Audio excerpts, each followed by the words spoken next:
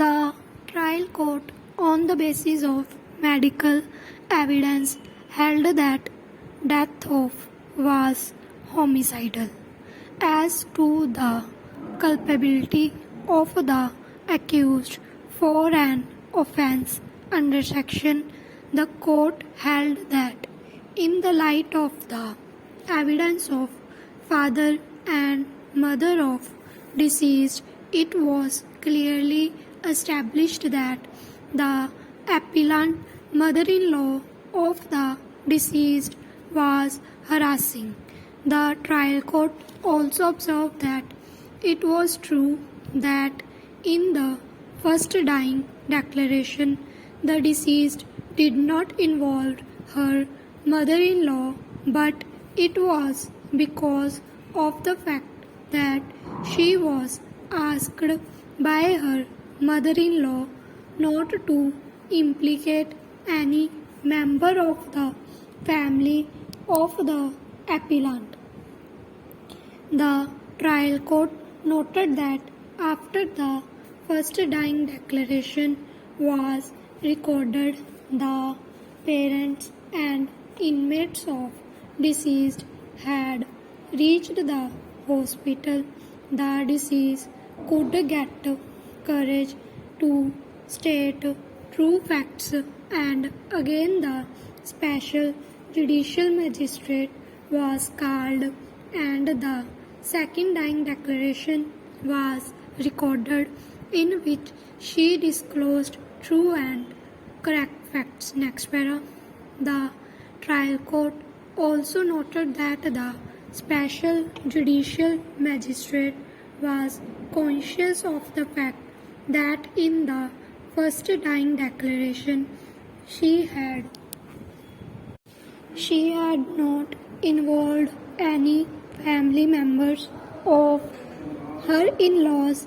A specific question was therefore put by him as to the reason why she had done so, and the deceased had replied that it was because of her mother-in-law who asked the deceased to do so. The trial court therefore held the conduct of deceased as natural, and the second dying declaration reliable, which could be treated as basis for holding the appellant guilty. The trial court also observed that from the evidence of father of the deceased and mother of the deceased, it was proved that was ill-treated by her in-laws, and particularly the appellant mother-in-law. The court also observed that had no acts to grind against the appellant.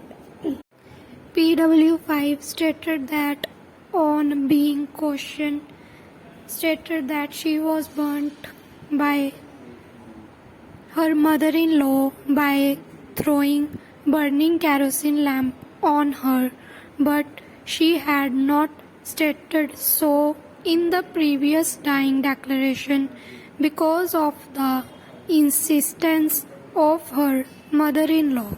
On the basis of evidence of parents of deceased, the trial court convicted the appellant. Next para. The learned counsel for the appellant contended that both the courts have committed an error of law in relying upon the second dying declaration. It was contended that the first dying declaration was correct and the deceased had stated true facts in the said declaration. It was also stated that after parents of the deceased had come to the hospital, they had persuaded the deceased to involve and implicate the appellant, and that is how The second dying declaration was recorded, which could not have been relied upon, and no motive was established by the prosecution. It was therefore submitted that the appeal deserves to be allowed by setting aside the order passed by the trial court and the confirmed by the High Court.